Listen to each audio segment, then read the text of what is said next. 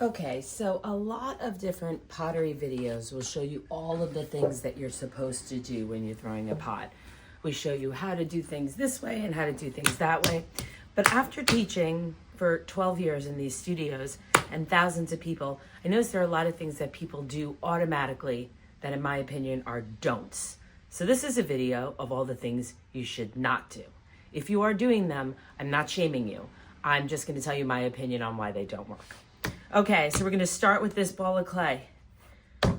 First thing I don't do is I don't start with a perfect ball. When I start with a perfect ball, what happens is that round bottom goes up against the bat, and if you cone, you end up with a tube of air under there. This really happens more when you're dealing with larger clay, but I try not to get into the habit of it. I try and get into the habit of creating this sort of poop emoji, Hershey kiss sort of shape. That allows me to have a flat surface on the bottom when I smash it down and a pointy side on the top so that when I cone up, I don't end up with the volcano. Next, if you go and you put your clay down and you turn on your wheel and it is not in the middle, do not continue. Put it in the middle. Why make things harder on yourself? So go ahead and keep on moving that until you think it's as close to the center as possible. Next, you're going to see a lot of people do this sort of thing where they squish the clay down to make it stick. I don't agree with that. I don't agree with that because, number one, you're now making the clay uneven because there's no way you're pushing down all the way around evenly. Next, what if you're not quite in the middle? Now you've stuck it where it's not in the middle. And all those little octopus legs that you push down are going to seal underneath your hand, and it's going to be super hard to get centered, and you're just going to have to scrape it away. So you just want to give it a firm sort of tap around the sides of it. Don't number 3, do not do this. This is going to make it very hard to cone. When you cone up and you have this flat sort of shape here, when you start to cone up, you are inevitably going to get that volcano that stresses people out. Okay, so you may have noticed there was a little skip in the video because why was I going to start with the clay being flat like that? Next, don't. Whenever we start our wheel, we start with our wheel going pretty fast. We want to make sure it's going in the right direction. When I first started this, the wheel was going clockwise, which would make it for a lefty. Next thing we don't want to do is we don't want to wet our hands and do this and have our hands on the right and the left. What this is going to do is just sort of, you're going to try really hard to get it centered, and you're actually just going to make it worse because the clay has stronger force than you do by having your hands on the left and the right.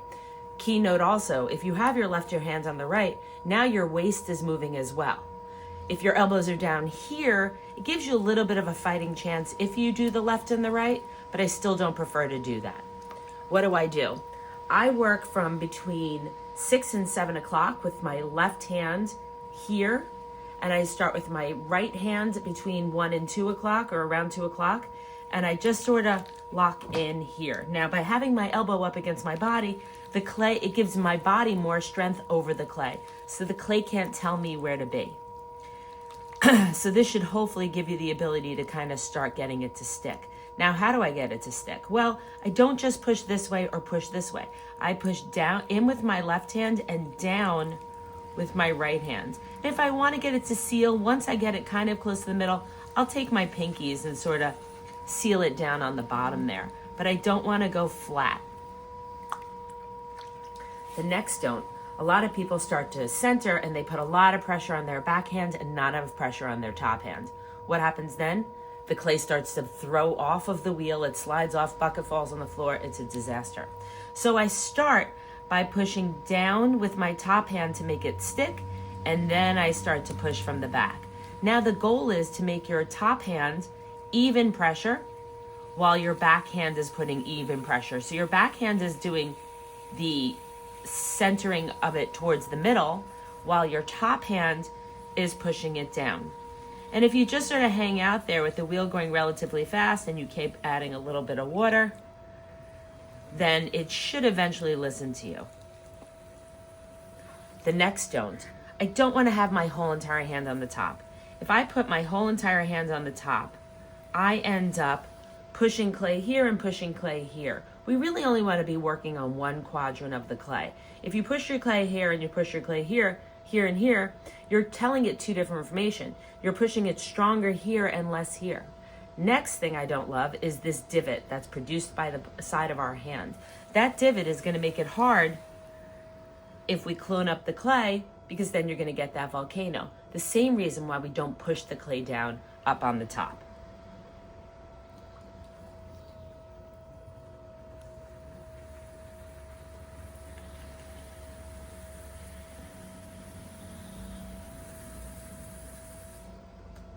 You may have noticed another stop right there because, again, why was I going to teach you guys how to do something when I had already set myself up for failure by creating that divot? So I'm going to go ahead and get my clay centered. Now, the other thing we don't want to do when we're centering is we don't want to release our elbow from our body. If we put most of the pressure on the side here, chances are we're just going to be going for a ride because our upper body moves a lot and then it's not telling the clay where to be. So if we don't push from the side and we push from the back and only push with our wrist up against our body, we create a wall that doesn't allow that clay to move past that wall. And then our top hand is doing the sealing. We don't want to take our hands off fast because it throws it off. Whenever we touch the clay, we want to go to the clay slowly and away from the clay slowly. Next, we don't like to leave this little skirt of clay here. I always like to scrape it away so that I start with a right angle over here. That right angle is going to stop me from leaving that skirt of clay there. If you start with sort of that anthill, chances are that sponge is going to skip over that when you start to open up. Next, we want to open up our pot. A lot of people may turn around and do something like this, and the problem with this is you may see that my arm is going wherever I want it to go. Some people will use an index finger, and the problem I see with an index finger is that this finger just isn't as strong as our thumb. If you want to use an index finger or 2 fingers or 3 fingers, that's fine. Do you? I just find that the easiest way to do it is with my thumb or 2 thumbs. Now this is 3 pounds of clay, or 2.5 pounds of clay. So I'm going to actually use 2 thumbs and I'm going to push them down together. What I don't want to do is separate that thumb. If I separate the thumb, a little of clay is going to ooze through. Now that's not a big deal, but it does bother some people. But what I also don't want to do is I don't want to push down and start to open. Some more advanced people do that, that's totally fine. But I find with beginners, if I do that, my right thumb is going to be stronger than my left thumb. The next thing I want to do is make sure that my elbows are down on my body. If I have my hands floating up here, again, that waist is going to cause my fingers to go wherever they want. So I'm going to lean my hands down, take my 2 thumbs, push them tight together, and I just want to drive it down. Now, we don't want to go too slow with the wheel. We want to go fast. The fast wheel is going to facilitate us pushing it down. Just like a jackhammer, when a jackhammer goes down into the ground, it goes fast. When it doesn't go fast, it kind of jumps around, and we don't want to do that. So, next, we want to open up our pot. Now, we want to use the most amount of fingers needed for the strength of it. What you don't want to do is you don't want to just freehand it and pull open. If you freehand it and pull open, chances are this clay is going to go wherever it wants. So I personally like to have a back wall to stop those clay grains from going back. Now, this is where most people throw their clay off. They think that if they pull this way, it's going to open up, but they're not. This hand, it's going to open up evenly, but it won't. This hand is going to be holding the clay here, and then this clay is going to be dragging that clay with no background. So this is the tool. The tool is your 2 fingers towards your palm. That is going to stop the clay from going off center.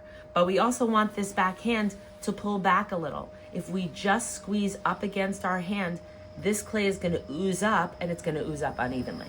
So watch.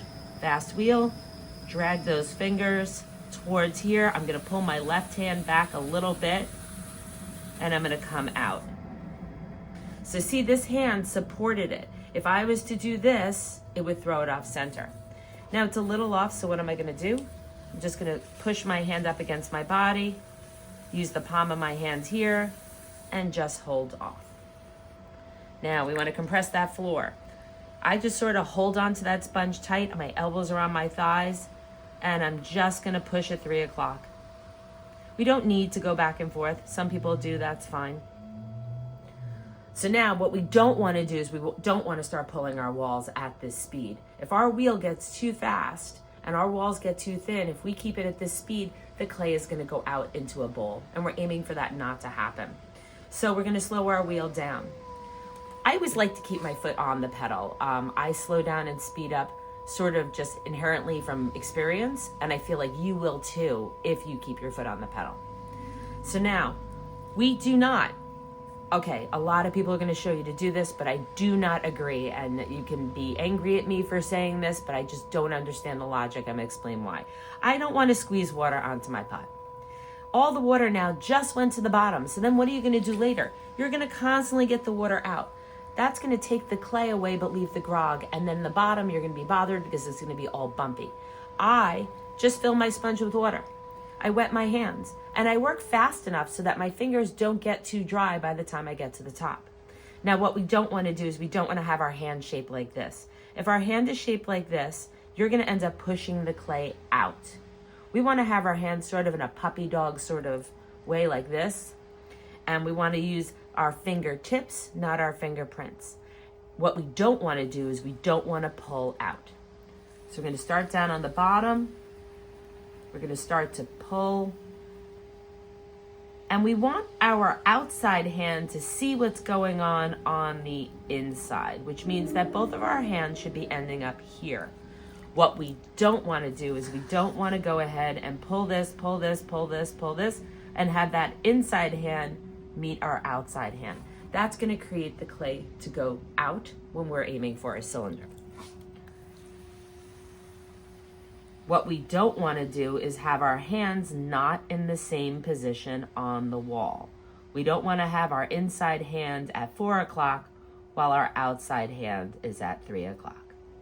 What we don't want to do is stop right here and come off. If we stop right here and come off, we're going to end up with a super thick lip that eventually will just break off. We don't want to have our hands not attached. Excuse me. If we have our hands not attached, one hand may end up over here and one hand may end up over here. But if our hands are attached in some sort of way, we're working as one tool.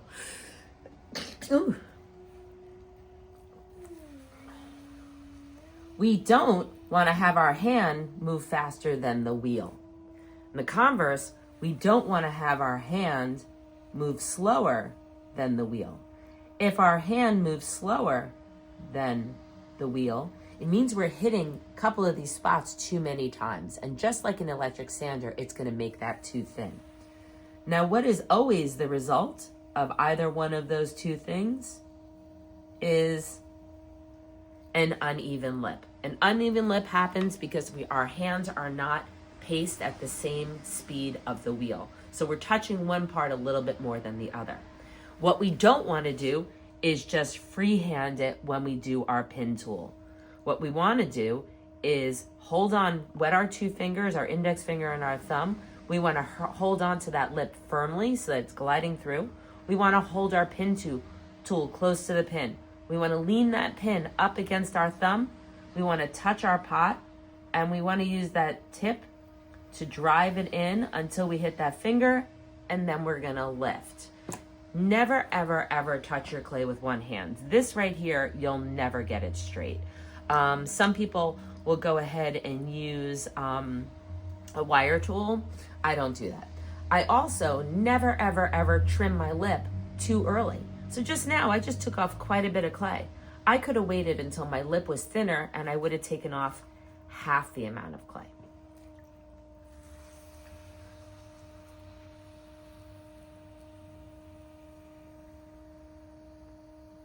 We always want to aim for a volcano. Very often, if we aim directly for a cylinder, we'll end up flaring out because we end up wanting to kind of see what's going on inside. Now, let's say we accidentally put a little bit too much pressure on our inside hand and our outside hand. Then we can talk about collaring. Collaring is not two hands on the outside doing this, okay? it's not just standing here and holding it, especially it's not holding it with the sponge in your hand. Collaring is a wet, fast thing. And we still want to treat our entire pot as if each line is different. When we use our entire hands like this and all our fingers, we're treating each part of it differently, and we want to make sure that we're treating the thin parts a certain way and the thick parts, the parts that are sticking out. So there's a couple of ways to collar. My chosen way of collaring, when the walls have already been pulled, is 6 points: thumb, knuckle to knuckle, and fingertips. I start down on the bottom. Biggest mistake is going too slow and going too dry. We want to help use that speed again to help us facilitate. Our elbows are together, our thumbs are touching, our fingers are down, and we start going up with the same speed of the wheel. We get aggressive and we come to the top. Biggest mistake there is going too slow, going too dry, and thinking that your hands are going at the right speed. Now, some people may want to use their entire hands. Maybe the clay is a little thick and these aren't strong enough. When you see me use my 2 hands, I'm actually not touching with my entire hand. I'm still just touching with this ring of tool here. So if I start down on the bottom, I have my hands down on the bottom, and you'll see when I come off that I'm really just touching with this part here. What we don't want to do is have 2 hands apart from each other and not touching back here. This is called collaring. A collar around your neck on a dress shirt is 3/4 of the way around, not 2 pieces of material on either side. If we don't have our hands attached, the clay has free rein to go that way and this way where it's not touching. But if we are 3/4 of the way together, all the way around, and our hands are touching either this way or this way, we are creating sort of a 3/4 mold to tell that clay where we want it to be. And remember, again, our elbows are always on our thighs. So I'm gonna go ahead and we're gonna get another pull. Now, if our hands are uneven and we mess up one spot and we have a thin spot and a thick spot, how do you fix that? You cannot get thick clay over to the thin areas. So at that point, you just have to kind of change your idea of what you want to do. So once we get it all the way up to the top, and we sort of compress that there, we want to call this a pot. But we're going to see this sort of wonky thing here, and a lot of you want to go ahead and push this wood tool up against it so that you can straighten that out. So the problem with that is that the bottom inside is straight and you've got this extra clay here. And if you start by pushing that in with the entire tool, you're pushing this clay into here and you're messing up the inside. So what I like to do is use only half of it, the short side here. I start a little above that because remember, we can trim that and we don't want to mess up the inside. And I use the short side for the same reason why I don't use my full hands to collar. I use the short side because I want to treat each part individually and give it the care that it needs. So I start a little higher and I push that clay up against the tool. What we don't want to do is push the tool up against the clay. And I also want to come all the way off. So now that I've done all these sorts of things the wrong way, my lip is a little uneven. So we'll go back, elbows on our thighs, play pool, and take that off. Next, we have an air bubble. I don't really have an air bubble, but let's say we have an air bubble. What we don't want to do is pop that air bubble. You want to leave that air bubble. That air bubble right now is part of your wall and it's supporting it. And if you pop that air bubble, you now have a thin piece of clay there. And that thin piece of clay is going to act like used bubble wrap where it's too thin and it's going to create a weak spot. Do not pop it. Wait until it's leather hard, put a little hole in it, push it down so that it's even. So now we want to go ahead and get the water out. What we don't want to do is constantly get the water out. If we're constantly getting the water out of the bottom, again, we're going to end up with that sort of groggy bottom. That is not going to make you happy. So now we're going to use the wood tool. What we don't want to do is go ahead with the wood tool while it's dry. We always want to make sure that everything we touch as our clay is wet. The next thing we want to do is we don't want to shove this clay into there to get the clay off.